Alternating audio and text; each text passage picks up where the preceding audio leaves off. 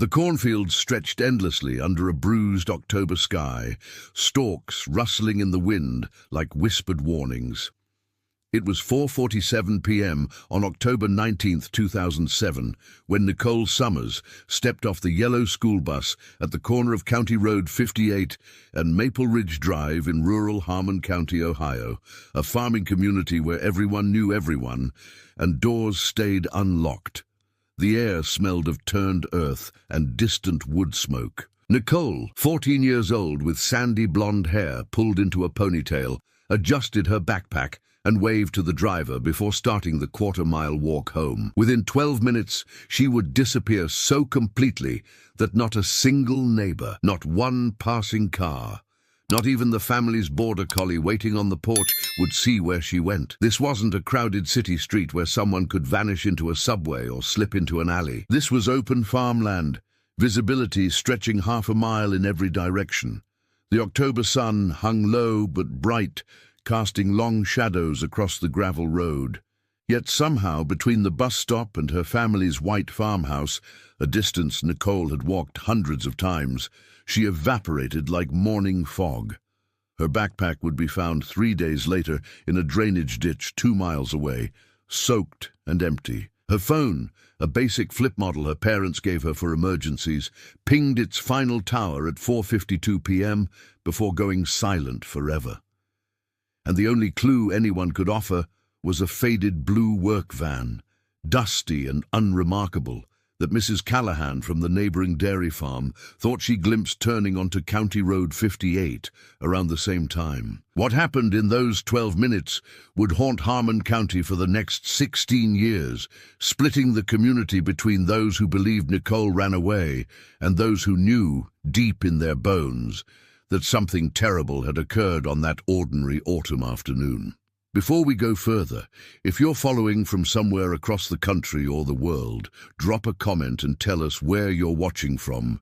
We read everyone. Harmon County had a population of just over 8,000, spread across townships with names like Pleasant Valley and New Hope. It was the kind of place where Friday night high school football games drew the whole town, where the Harvest Festival marked the year's peak, and where crime meant occasional vandalism or underage drinking. The Summers family had lived there for 3 generations. Nicole's father, Tom Summers, managed a grain cooperative. Her mother, Diane, worked part-time at the county library. They had 2 children, Nicole and her younger brother, Kyle, who was 11. The family attended Sunday services at Harmon Community Church and lived in a modest 2-story farmhouse surrounded by soybean fields their grandfather once tended. Nicole was a quiet girl, good grades, small circle of friends. She played clarinet in the middle school band and volunteered at the county animal shelter on weekends. Teachers described her as conscientious and kind. She wasn't the type to seek attention or take risks. Her routine was predictable: school, band practice twice weekly, family dinners at 6 sharp. On October 19th, she'd attended her regular Friday classes at Harmon Middle School, chatted with friends during lunch, and boarded bus number 14 at 4:35 p.m., as she did every weekday. The bus driver, Jerry Holcomb, a 62-year-old grandfather who'd driven the route for 18 years, remembered Nicole smiling as she stepped off. She seemed perfectly normal, he'd tell investigators later, his voice heavy with guilt he didn't deserve. Said, "See you Monday, Mr. Holcomb, like always."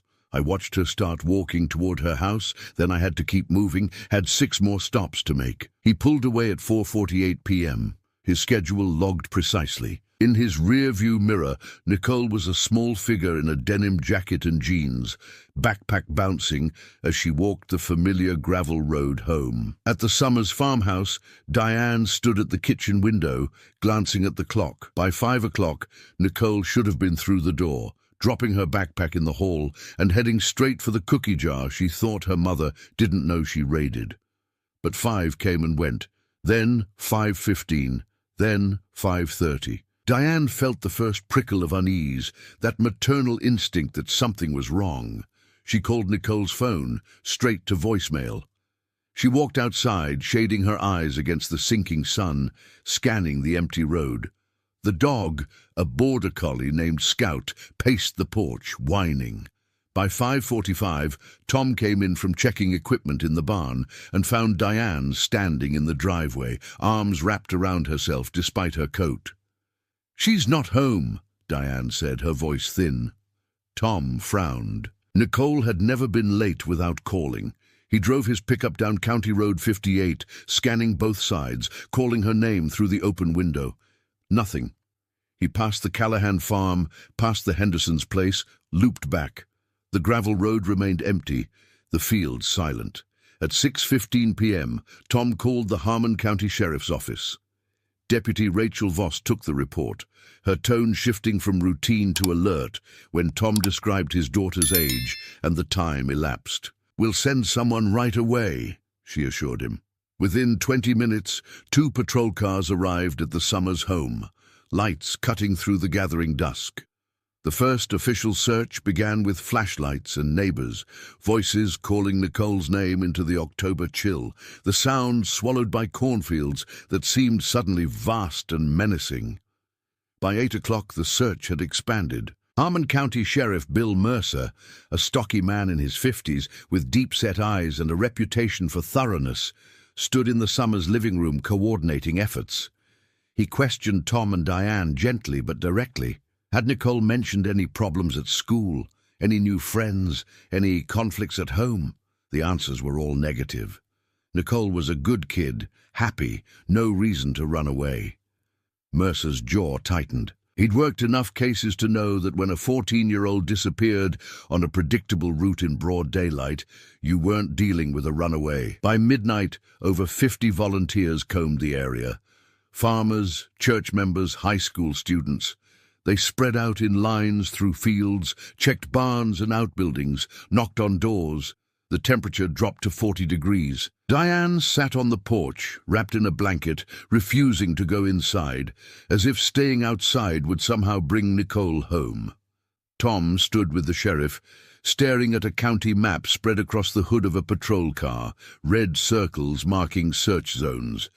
And somewhere out in the darkness, beyond the reach of flashlights and desperate voices, Nicole Summers had already been swallowed by something none of them yet understood. The night stretched on, cold and merciless, as Harmon County confronted a truth it had never faced before.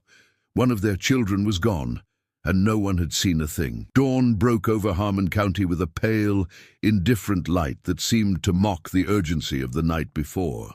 By 6 a.m. on Saturday, October 20th, the Summers farmhouse had transformed into a command center. Sheriff Mercer stood in the kitchen, running on black coffee and adrenaline, coordinating with the Ohio Bureau of Criminal Investigation. The BCI had agreed to send specialists. This was no longer just a local missing person case. The clock was ticking, and everyone in law enforcement knew the brutal statistics.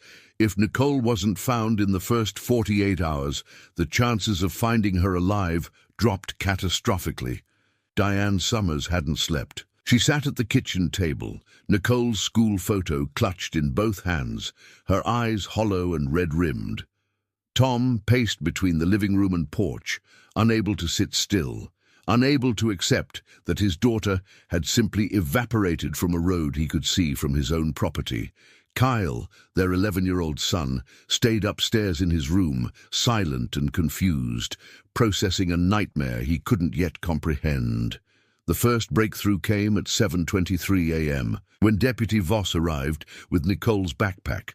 A farmer named Earl Thompson had spotted it while checking his irrigation system near the drainage ditch along Route 33, roughly 2 miles northeast of the bus stop. The navy blue backpack was soaked from lying in standing water, but unmistakably Nicole's, her name written in silver marker on the front pocket, just as Diane had done at the start of the school year. Inside, deputies found waterlogged textbooks, a crushed granola bar, and a pencil case shaped like a cartoon cat. What they didn't find was her phone, her wallet, or any note explaining why the bag ended up there. Sheriff Mercer spread a county map across the dining table, marking locations with a red pen. "Bus stop here, backpack found here." He drew a line between them. That's 2 miles in the opposite direction from her house. Someone moved her. His voice was steady, but his hand tightened on the pen. This wasn't a girl who wandered off and got lost. This was an abduction. By mid-morning, the investigation had mobilized in full force. K9 units arrived from Columbus, German shepherds trained in tracking and human remains detection. The dogs picked up Nicole's scent at the bus stop, followed it approximately 40 yards south along County Road 58, then lost it abruptly. Handler Sergeant Mike Chen frowned as his dog circled, confused. "Scent ends here, middle of the road. That usually means she got into a vehicle." The realization settled over the team like a stone dropping into still water. Investigators began canvassing every residence within a 5-mile radius. At the Callahan dairy farm, 73-year-old Margaret Callahan repeated what she'd mentioned the night before, though with more detail now. "I was putting away groceries around 4:45, maybe 4:50. Saw a van turn onto County Road 58, heading toward the bus stop area. Blue, kind of faded work van type. Didn't think anything of it at the time. Lots of contractors passed through." Could she describe the driver? She squinted, apologetic. "Too far away, and I wasn't really looking.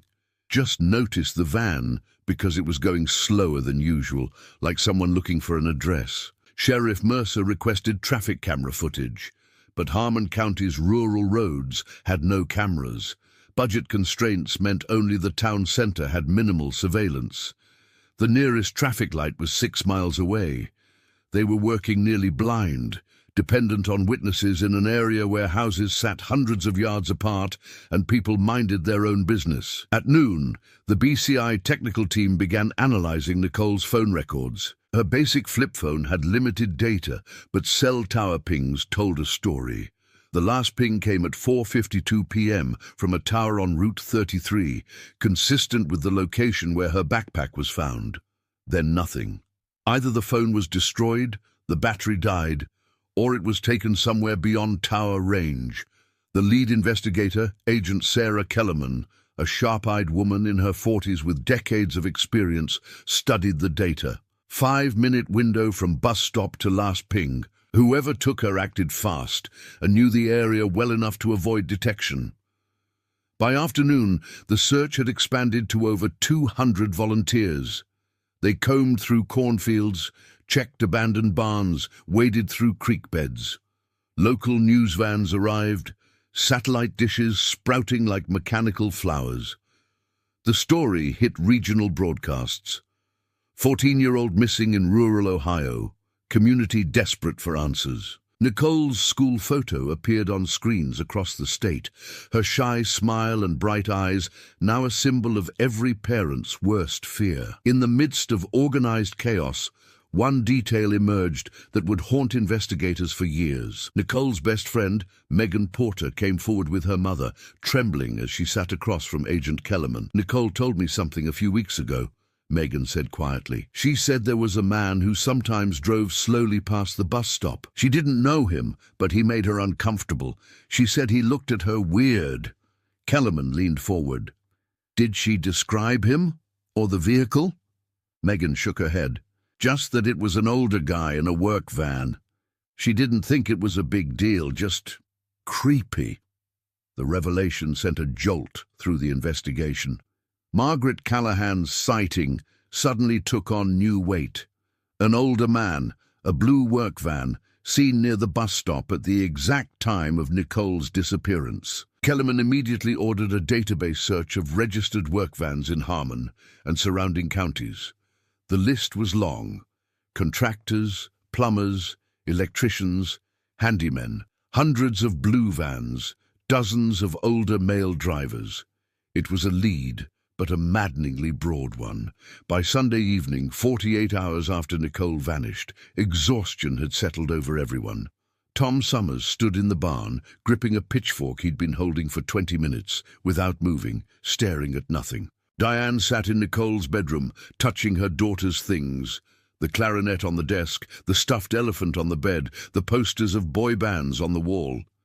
The house felt wrong, like a body with the heart removed. Sheriff Mercer held a press conference on the courthouse steps. Cameras flashed as he spoke, his voice gravelly with fatigue. We are treating Nicole Summers' disappearance as a critical abduction case.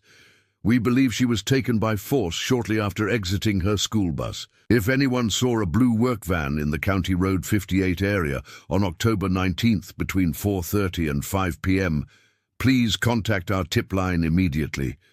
Nicole is 14 years old, 5'3", 100 pounds, blonde hair, blue eyes.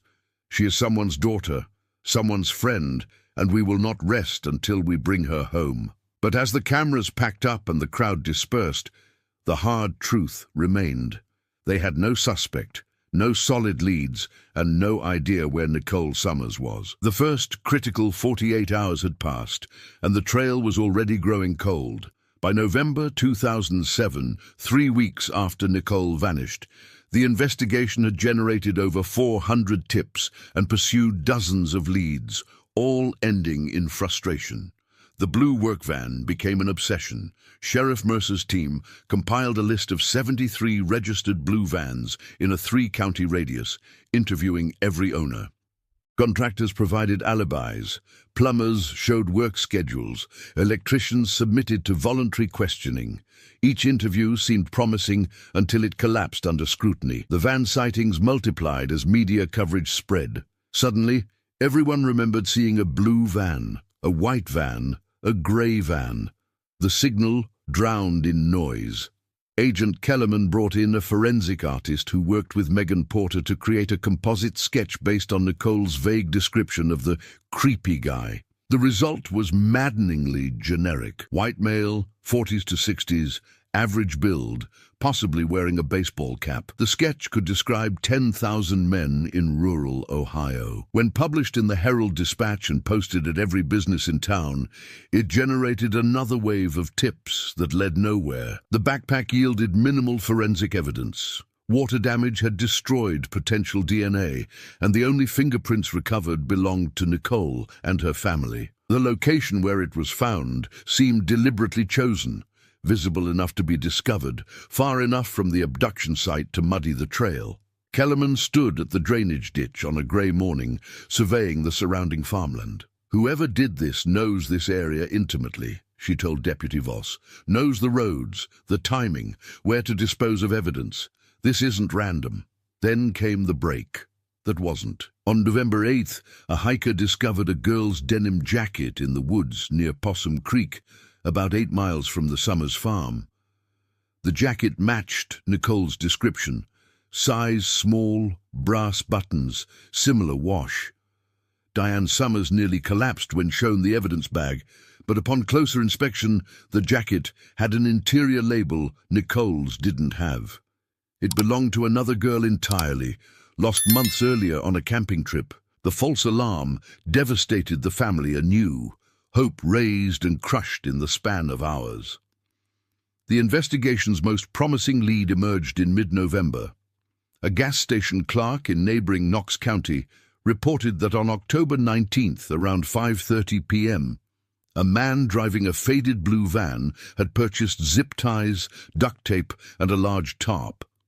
The clerk remembered because the combination seemed odd, and the man paid cash, avoiding eye contact. Security footage showed a grainy figure in a dark jacket and cap, face obscured, entering and leaving quickly. The timestamp and location fit. Knox County was a 15-minute drive from where Nicole's backpack was found. Sheriff Mercer felt the first surge of real hope in weeks. This could be him. The team enhanced the footage, but 2007 gas station cameras offered limited resolution. They could determine the van's approximate model, likely a Ford Econoline from the mid-1990s, but couldn't read the license plate or clearly see the driver's face. The clerk couldn't provide additional details beyond white guy, maybe 50, kept his head down. Investigators cross-referenced the gas station purchase with their van registry. 3 owners of blue Ford Econolines lived within reasonable distance: Martin Vickers, a 62-year-old retired plumber, James Dorsey, a 47-year-old construction foreman, and Robert Ashford, a 53-year-old independent handyman. All 3 were interviewed extensively. Vickers had been visiting his daughter in Cleveland that entire week, confirmed by toll records and his daughter's testimony. Dorsey was working a construction site with a dozen witnesses from 7 a.m. to 6 p.m. on October 19th. His time card and co-workers verified it. That left Ashford. Robert Ashford lived alone in a weathered rental house on the outskirts of Millfield, an unincorporated community 20 miles from Harmon County. He had a spotty work history, occasional odd jobs, no close friends. Neighbors described him as quiet, kept to himself, sometimes seemed paranoid. When deputies arrived to question him on November 21st, Ashford was cooperative but evasive. Yes, he owned a blue van. No, he hadn't been near Harmon County on October 19th. He claimed he was home all day, fixing his furnace. Could anyone confirm that? No, he lived alone. Deputies requested permission to search his property. Ashford hesitated, then agreed, signing the consent form with a shaking hand. The search took 6 hours. They combed through his house, garage and van. They found tools, car parts, old newspapers, evidence of a solitary, somewhat chaotic life. But nothing connecting him to Nicole. No girl's belongings, no suspicious receipts, no clear evidence of violence. The van's interior was worn but clean, as if recently vacuumed. Forensic techs swabbed for DNA and took fiber samples, sending everything to the state lab. 3 weeks later, the results returned. No match. The DNA samples from Ashford's van showed his own DNA and trace amounts from multiple unknown sources, likely from years of transporting materials and occasional passengers. None matched Nicole. The fibers were generic, common to thousands of vehicles. Agent Kellerman reviewed the report with mounting frustration. "It's too clean," she muttered. "Either he's not our guy, or he's extremely careful." Without physical evidence, they couldn't hold Ashford. He remained a person of interest, but legally untouchable. Sheriff Mercer personally delivered the news to Tom and Diane Summers. Diane's face crumpled. "So he just walks free?" Mercer's jaw worked. "We don't have enough. Not yet. But we're not giving up." By December, as the first snow fell over Harmon County, the case had stalled. The blue van, once the investigation's brightest lead, had fractured into dead ends. Media coverage dwindled. National news moved on to other tragedies. Locally, people still whispered Nicole's name, still glanced twice at every unfamiliar vehicle, but the initial urgency faded into a dull, persistent dread. On Christmas Eve, the Summers family sat in their living room, unable to summon holiday spirit. Nicole's stocking hung empty above the fireplace. Kyle asked quietly if his sister would come home. Diane couldn't answer, tears choking her voice. Tom stepped outside into the falling snow, staring at the dark fields beyond, feeling utterly helpless. In January 2008, 3 months after Nicole disappeared, the case was officially transferred to the Ohio Attorney General's Cold Case Unit. Sheriff Mercer attended the handover meeting, his face gray with exhaustion and failure. "This shouldn't be cold," he said, voice rough.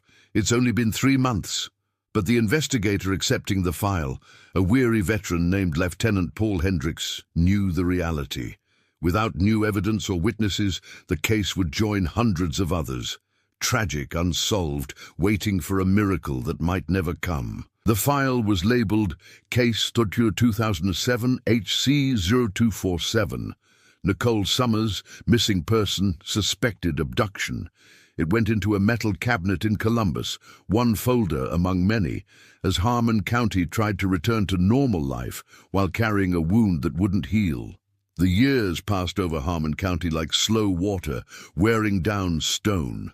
By 2010, Nicole's case had become a ghost story, whispered about but rarely discussed openly, as if speaking her name might summon the same darkness that took her. The missing person posters that once blanketed every storefront and telephone pole had faded and peeled away, replaced by newer tragedies, different faces. The Summers family endured in a kind of suspended animation, neither fully grieving nor able to hope. Diane Summers aged a decade in those first 3 years. Her hair grayed prematurely, lines etched deep around her eyes and mouth. She kept Nicole's bedroom exactly as it was, the clarinet gathering dust on the desk, the bedspread still smoothed from the last time her daughter made it. Every year on October 19th, she organized a candlelight vigil at Harmon Community Church. The first year, over 300 people attended. By 2015, the number had dwindled to perhaps 40, mostly family, close friends, and a handful of persistent community members who refused to forget. Tom threw himself into work, managing the grain cooperative with mechanical efficiency, rarely speaking about Nicole, except on the darkest nights when grief ambushed him. Kyle grew from a confused 11-year-old into a quiet young man who left for college in Cleveland and rarely came home, the farmhouse heavy with memories he couldn't process. The family fractured slowly, each member sealed in private suffering, unable to bridge the gaps Nicole's absence created. Sheriff Mercer retired in 2012, his final years on the job shadowed by the one case he couldn't solve. At his retirement party, held at the VFW Hall with weak coffee and sheet cake, he pulled Agent Kellerman aside. "I failed that girl," he said quietly, his voice thick. Kellerman gripped his shoulder. "You did everything possible. Sometimes that's not enough." But Mercer shook his head, unconvinced, and spent his retirement years occasionally driving past the Summers farm, as if proximity might somehow undo his perceived failure. The investigation itself languished in the cold case unit. Lieutenant Hendricks reviewed the file annually, as protocol required, but without new evidence or witnesses, there was nothing to pursue. Robert Ashford, the handyman with the blue van, remained a person of interest, but lived his solitary life undisturbed. Investigators occasionally drove past his Millfield rental, checking if the van was still in the driveway, but legally they couldn't touch him. Ashford knew he was watched. Neighbors reported he'd become even more reclusive, paranoid about surveillance, eventually selling the van in 2009 and purchasing a red pickup truck instead. In the community, theories proliferated in the absence of facts. Some believed Nicole had been taken by a transient, someone passing through who struck opportunistically and moved on. Others suspected a local predator still living among them, hiding behind a familiar face. The gas station footage of the man buying zip ties and duct tape became mythologized, enhanced and analyzed by amateur internet sleuths who saw patterns in the pixelated blur that professionals knew weren't there. By 2015, Nicole would have been 22 years old. Diane sometimes imagined her daughter graduating college, starting a career, maybe engaged to be married, but the imagination always collapsed under the weight of reality. Nicole was frozen at 14 forever. Ponytail and denim jacket, shy smile in school photos, a girl who trusted the wrong moment on an ordinary October afternoon. The case file in Columbus gathered dust. Occasionally a new investigator, fresh and idealistic, would pull it out, hoping to spot something previous generations missed. They'd review the witness statements, the inconclusive forensic reports, the dead-end van searches. They'd feel the same frustration their predecessors felt, then return the file to its metal drawer, adding a brief note: "No new leads. Case remains open." In 2018, a true crime podcast briefly featured Nicole's disappearance, bringing momentary renewed attention. The episode was well-researched but offered no breakthroughs, only recycling known facts for a new audience.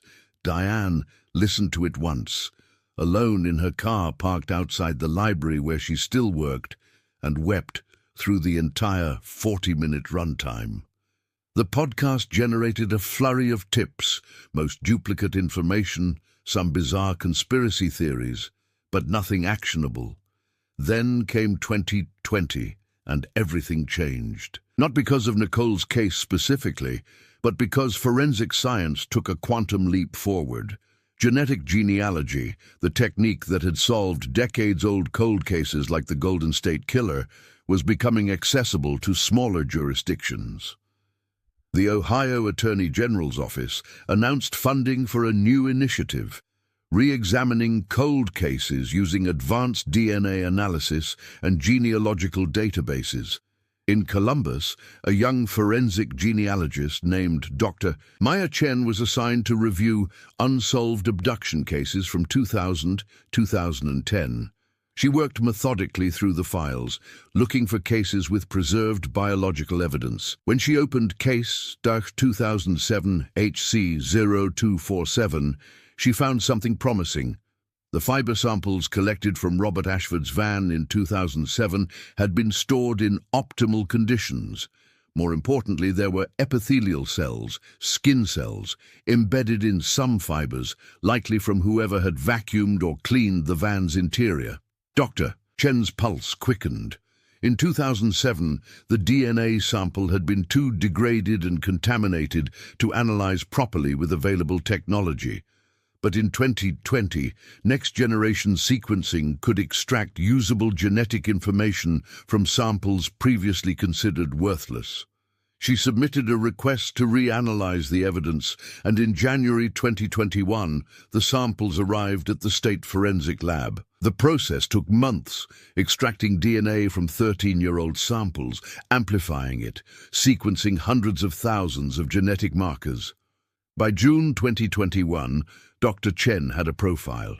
It wasn't Nicole's DNA. They'd preserved her toothbrush for comparison. It belonged to an unknown male, likely the person who'd spent significant time in that van's interior. Now came the revolutionary part. Dr. Chen uploaded the profile to GEDmatch, a public genealogy database where people voluntarily share DNA for ancestry research.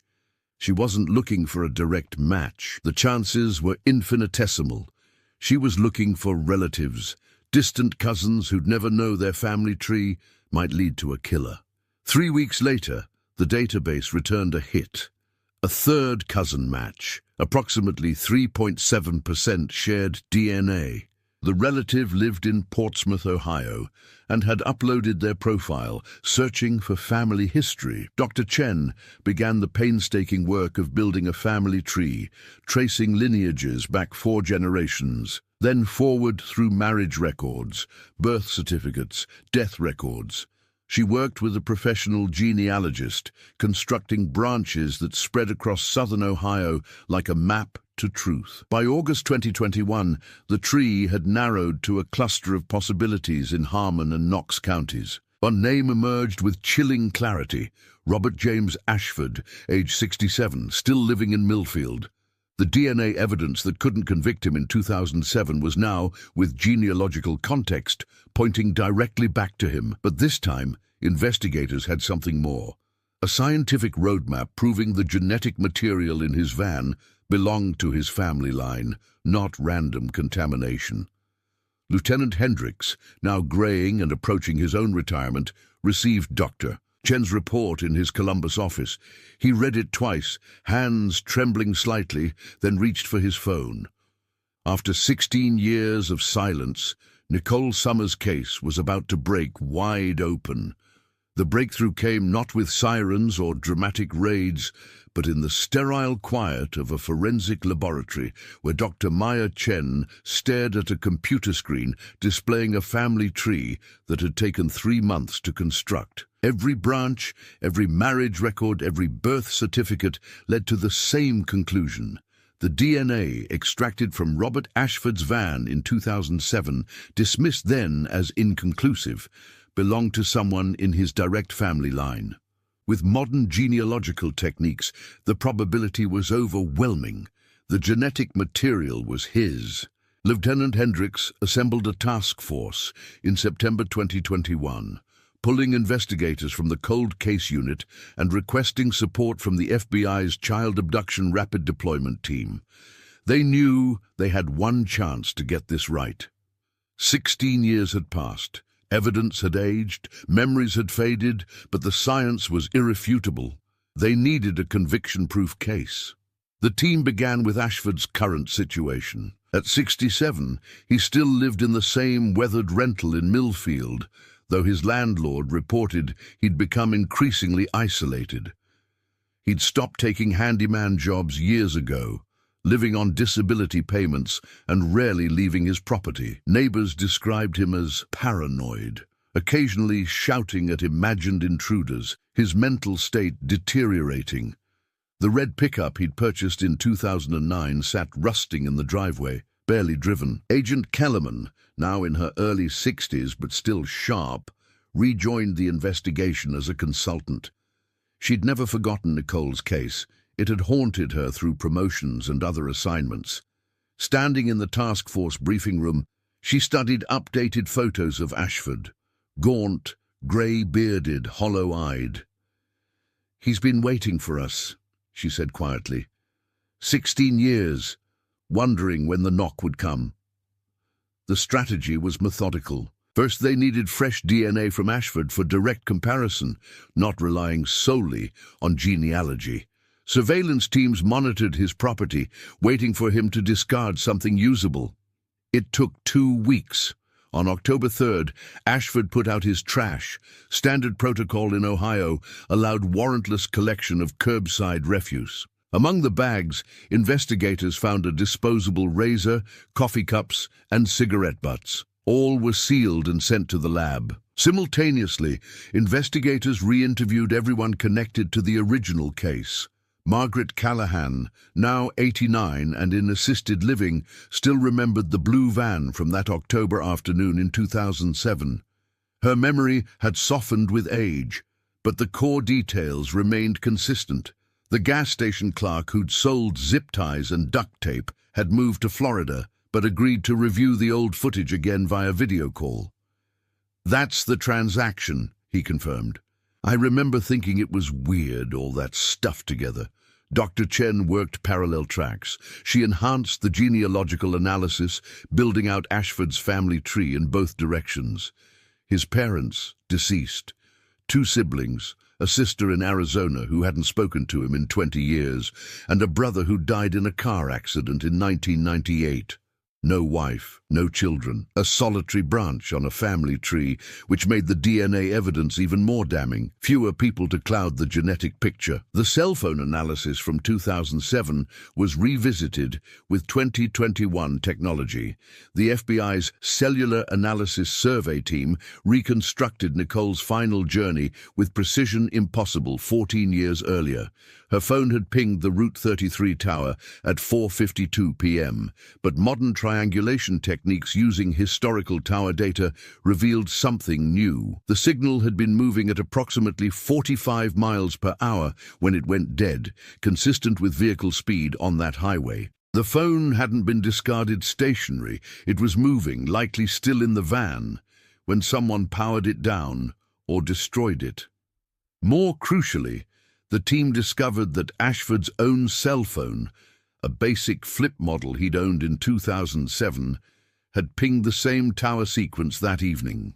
The original investigation had never subpoenaed Ashford's phone records because he wasn't a solid suspect until after the gas station footage emerged, and by then, carrier records had been archived and difficult to access. Now, with proper warrants and modern data recovery, they reconstructed his movements, leaving Millfield at 4:20 p.m., traveling toward Harmon County, pinging towers along Route 33 between 4:45 and 5:15 p.m., then returning home. The timeline aligned perfectly with Nicole's abduction. By late October, the laboratory results from Ashford's discarded razor came back. The DNA profile matched the samples from his van with 99.97% certainty. Statistical near impossibility of error. More significantly, forensic analysts found something that had been missed in 2007. Microscopic textile fibers embedded in the van's carpet, preserved in the evidence locker that matched the weave and dye composition of Nicole's denim jacket. The technology to identify such specific fiber matching simply hadn't existed in 2007, but advanced spectroscopy made it definitive now.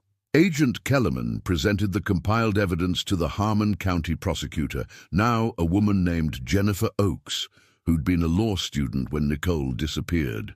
Oakes reviewed the case file for 3 days straight, barely sleeping, knowing this would be the most significant prosecution of her career. The evidence was circumstantial in the traditional sense.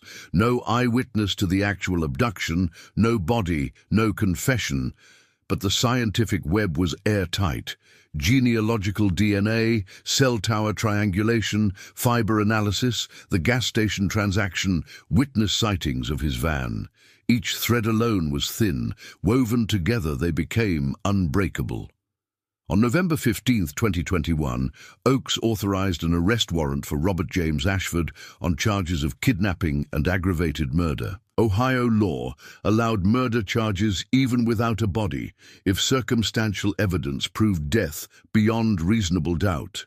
Given Nicole's age, the duration of disappearance, and the totality of evidence, the threshold was met. Before executing the warrant, Lieutenant Hendricks made a phone call he'd been dreading and anticipating for months. At 8 a.m. on November 16th, he sat in his Columbus office and dialed the Summers family home. Diane answered on the second ring, her voice wary. After 16 years, unexpected calls meant either heartbreak or false hope. Never good news. "Mrs. Summers, this is Lieutenant Hendricks from the cold case unit. I need you to sit down." He heard her sharp intake of breath, the scrape of a chair. "We've identified a suspect in Nicole's case. We're executing an arrest warrant this morning. I wanted you to hear it from me before it hits the news." The silence on the other end stretched so long, Hendricks thought the call had dropped. Then Diane's voice, barely a whisper. "Who?" "Robert Ashford, the handyman we interviewed back in 2007. New DNA evidence and genealogy technology led us back to him. We have enough for murder charges." Another long silence, then a sound that broke Hendricks' heart, a sob that was somehow both anguish and relief, the release of 16 years of not knowing. Tom Summers' voice came on the line, rough and thick. "Are you certain?" Hendricks chose his words carefully. "The evidence is strong. The science is solid. We believe we have the right man." At 6 a.m. on November 17, 2021, a convoy of law enforcement vehicles rolled quietly into Millfield. The arrest was coordinated as a high-risk operation. Ashford's deteriorating mental state made him unpredictable. SWAT positioned around the property as dawn light filtered through bare November trees. A loudspeaker crackled. "Robert Ashford, this is the Ohio State Police. Come out with your hands visible." Inside the house, Ashford had been awake all night, as he often was, sitting in the dark. When the loudspeaker shattered the morning silence, he didn't seem surprised. Neighbors would later say he'd been expecting this for years, his paranoia not delusion, but anticipation. He walked out slowly, hands raised, wearing a stained t-shirt and sweatpants, looking older than his 67 years. As handcuffs clicked around his wrists, Agent Kellerman watched from behind an armored vehicle, her jaw tight. 16 years. The man shuffling toward the patrol car had lived free for 16 years, while the Summers family lived in agony. The injustice of that timeline burned. But the arrest itself felt like gravity finally asserting itself, pulling a long, floating piece of wreckage back to Earth. Ashford said nothing during transport, staring out the window as bare fields rolled past. At the Harmon County Jail, he was processed and photographed, the mugshot showing a hollow-eyed specter, beard unkempt, face gaunt. When informed of the charges, he simply nodded once, as if confirming something he'd always known. His court-appointed attorney, a young public defender named Marcus Webb, realized immediately this would be the most difficult case of his career. By noon, the news had exploded across Ohio and beyond. Arrest, made in 2007, cold case, DNA genealogy cracks 16-year mystery. Nicole's school photo appeared on every screen again, no longer a missing person, but a murder victim finally receiving justice. In Harmon County, the community reacted with shock, compounded by familiarity.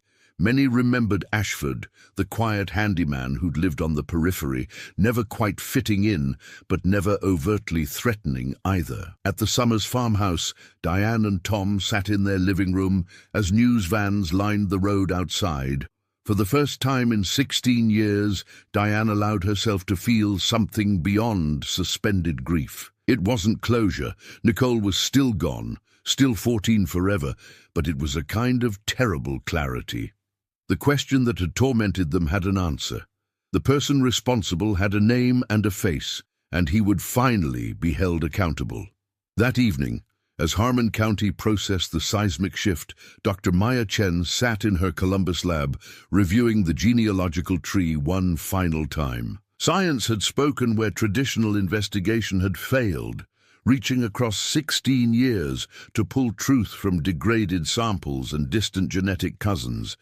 It was vindication of the methodology, but also a reminder of how many other cold cases might yield to these same techniques if given the chance. The path to justice had taken 16 years, but it had arrived, and now the real battle would begin in the courtroom. Chapter 6. Justice After Darkness.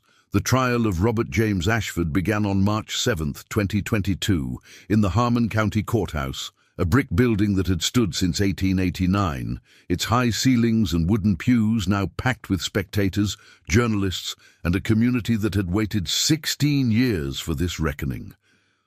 Outside, a late winter frost clung to the courthouse lawn where a small memorial had formed. Nicole's school photo, surrounded by candles, stuffed animals, and handwritten notes. "Justice for Nicole," read a banner stretched between two oak trees. Prosecutor Jennifer Oakes stood before the jury during opening statements, her voice measured but forceful. She was 39, had grown up in neighboring Knox County, and remembered when Nicole disappeared. She'd been a first-year law student then, following the case in news reports, never imagining she'd one day prosecute it. Ladies and gentlemen, this case is about science catching up to evil. In 2007, Robert Ashford thought he'd gotten away with murder. The technology didn't exist to prove what he'd done. But science doesn't forget, and 16 years later, it speaks with absolute clarity. She outlined the evidence methodically, the genealogical DNA tracing back through Ashford's family tree, the fiber analysis matching Nicole's jacket to his van, the cell tower data placing both their phones on the same route at the same time, the gas station purchase of zip ties and duct tape 30 minutes after the abduction, the witness sightings of his blue van near the bus stop. Each piece was explained in terms a jury could grasp. Oakes knew that forensic genealogy was new territory for most people, and she needed them to trust the science without feeling overwhelmed. Defense attorney Marcus Webb faced a nearly impossible task. His client had refused to cooperate beyond entering a not guilty plea, sitting silent and hollow-eyed at the defense table, occasionally muttering to himself. Webb's strategy was to attack the lack of direct evidence. No body, no eyewitness to the actual crime, no confession. The prosecution wants you to convict based on probability and circumstance, he argued. But the law requires proof beyond reasonable doubt. They cannot show you the moment of crime. They cannot produce physical evidence of murder. They ask you to fill gaps with assumption. The trial's first week focused on genealogical evidence. Dr. Maya Chen took the stand, explaining how she'd built Ashford's family tree from a third cousin DNA match. She brought visual aids, large printed charts showing genetic connections branching back 4 generations, then narrowing to a single point, the defendant. The probability that this DNA belongs to anyone outside Robert Ashford's direct lineage is less than 1 in 10 million, she testified. And given that his immediate family is deceased or genetically excluded, the DNA in that van is his. Webb cross-examined aggressively. Dr. Chen, you've never met Mr. Ashford's extended family, correct? How can you be certain there isn't some unknown cousin? Chen remained calm. Genealogical research cross-references multiple databases, birth certificates, marriage licenses, census records, death certificates. We've mapped every traceable branch. The statistical likelihood of an unknown relative contributing this specific genetic profile is negligible. The jury, 12 Ohioans ranging from a retired teacher to a young IT worker, listened with furrowed concentration. This wasn't CSI. It was complex, methodical science that required trust in experts. But the prosecution had anticipated this, bringing in a second geneticist from the FBI who confirmed Chen's methodology independently. Week 2 brought the cell phone analysis. The FBI cast team specialist, a soft-spoken technician named David Park, presented reconstructed tower data on large screens. Animated maps showed 2 phones, Nicole's and Ashford's, moving along identical routes at identical times on October 19, 2007. Both devices pinged the same sequence of towers between 4:45 and 5:15 p.m., Park explained. They were traveling together, almost certainly in the same vehicle. Webb objected repeatedly. The data was 14 years old. Towers had been upgraded. Records might be corrupted. But Park's testimony held firm. We've accounted for every variable. The pattern is unmistakable. The emotional core came in week 3, when Diane Summers took the stand. She'd aged profoundly, now 63, grey-haired, moving slowly as if gravity pressed harder on her than others. Oakes guided her gently through Nicole's last morning, the breakfast they'd shared, the mundane goodbye as Nicole left for school. Did she seem worried or afraid? Oakes asked. Diane shook her head. She was looking forward to band practice that afternoon. She kissed me on the cheek and said, "Love you, Mom." Those were her last words to me. The courtroom was silent except for muffled crying. Even the hardened court reporter wiped her eyes. Diane turned to look directly at Ashford. "You took my daughter. You let us suffer for 16 years, not knowing, not able to grieve properly or move forward. You watched us search for her, pretended to care, and all that time you knew." Her voice broke, but she pushed through. "I hope whatever darkness lives inside you torments you every day for the rest of your life." Ashford stared at the table, expressionless. If Diane's words affected him, he showed no sign. The prosecution's final witness was Margaret Callahan, now 90, brought into the courtroom in a wheelchair. Her memory was fragile, but the core remained. She'd seen a blue van on County Road 58 that afternoon, driving slowly, as if searching for something. When shown a 2007 photo of Ashford's van, she nodded. "Looks like the same one." And Webb's cross-examination was gentle. Attacking a 90-year-old woman would alienate the jury, but he pressed on the reliability of a 14-year-old memory. "Mrs. Callahan, you've seen news coverage of this case for years. Could that have influenced what you remember?"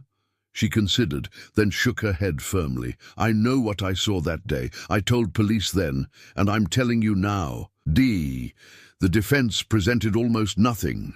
Webb had no credible alternative theory, no alibi witnesses, no explanation for the mountain of scientific evidence. Ashford himself declined to testify, which was his constitutional right, but left a vacuum the jury would inevitably fill with suspicion. Closing arguments stretched over a full day. Oakes synthesized everything into a narrative. Robert Ashford watched Nicole at the bus stop for weeks. He knew her routine. On October 19, 2007, he acted. He drove his blue van to that intersection, waited for her to step off the bus, convinced or forced her inside, and took her life. The science proves it. The timeline proves it. The witnesses prove it. 16 years don't erase truth. They only delay justice. Webb made his final stand. Circumstantial evidence, no matter how much you pile up, doesn't equal certainty. You're being asked to convict a man based on genetic probability and cell phone pings. Where is Nicole? If she's dead, where's her body? The prosecution cannot answer because they don't know. Doubt exists, and the law requires you honor that doubt.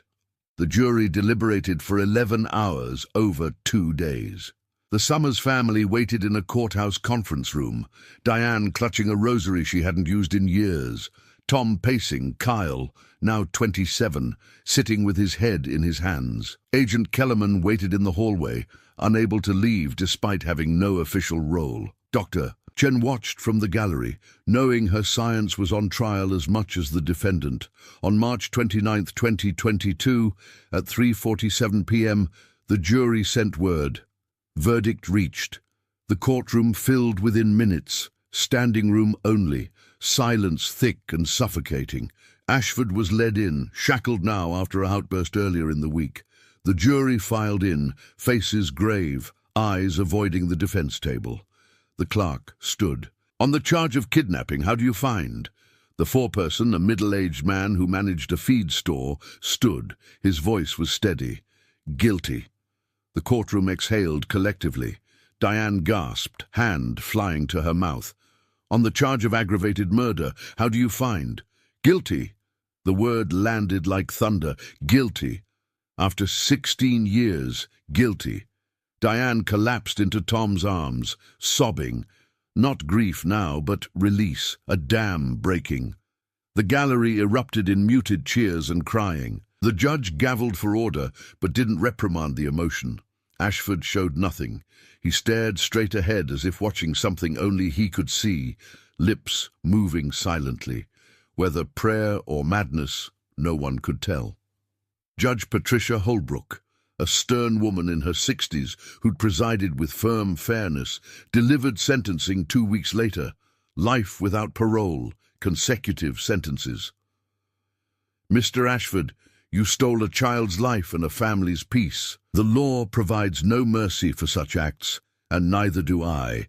You will spend every remaining day imprisoned, as you imprisoned the Summers family in grief. Ashford was led away in chains. As he passed the gallery, someone shouted, "Where is she? Where's Nicole?" He didn't turn, didn't answer, and the question hung in the air unanswered, the one piece of closure still denied. Outside the courthouse, Oakes held a press conference on the steps, Diane and Tom standing beside her. Today, science and persistence brought justice for Nicole Summers, Oakes said. This case proves that Cole doesn't mean forgotten. Families deserve answers, and we will keep fighting for them. Diane stepped to the microphone, her prepared statement trembling in her hands. Nicole was 14 years old. She loved music, animals, and her family. She deserved a full life. College, career, maybe children of her own. Robert Ashford took all of that. But he didn't take her memory. In Nicole's name, we're establishing a scholarship for forensic science students at Ohio State. We want her legacy to be justice for others. That evening, Harmon County held an impromptu vigil. Hundreds gathered at the spot where Nicole had stepped off the bus 16 years earlier. They lit candles, sang hymns, and stood in silent acknowledgement that their community had finally closed a wound that had festered too long. Someone had planted a young maple tree there, a plaque at its base. Nicole Summers, 1993-2007, forever remembered. At the Summers farmhouse, Diane finally entered Nicole's room and began slowly to pack away the clothes and belongings that had remained untouched. She kept the clarinet, the stuffed animals, and the photo on the nightstand. But she took down the posters, folded the bedspread, and opened the curtains for the first time in years. It wasn't forgetting. It was finally allowing herself to acknowledge that Nicole wasn't coming home. And that was okay to admit now. The case became a landmark in forensic genealogy, studied in law schools and criminal justice programs. Dr. Chen published papers on the methodology, helping other cold case units adopt the techniques. Agent Kellerman retired fully, knowing the case that had haunted her was finally resolved. Lieutenant Hendricks attended the sentencing, then quietly deleted the file from his active cases, transferred to solved after 16 years in purgatory. Nicole's story became a lesson taught in schools across Ohio. Trust your instincts. Tell adults when something feels wrong. Don't assume the worst can't happen in small towns. Her face appeared in safety campaigns, her memory serving a purpose she never could have imagined. For the Summers family, justice didn't erase pain, but it provided something essential, certainty. They knew who, they knew why, and they knew he would never hurt anyone else. On quiet evenings, Diane sat on the porch, watching the sun set over fields that once felt haunted, but now just felt like home again. She spoke to Nicole sometimes, updating her on Kyle's life, on the scholarship recipients, on small daily things. And sometimes, in the rustle of corn or the call of evening birds, she imagined her daughter answering back. The case of Nicole Summers proved that time doesn't shield the guilty, that science evolves faster than criminals anticipate, and that communities, when they refuse to forget, can carry a flame of justice through the darkest years until it finally ignites. 16 years was too long. But it wasn't forever. And in the end, truth emerged, as it always does, patient and inevitable as dawn.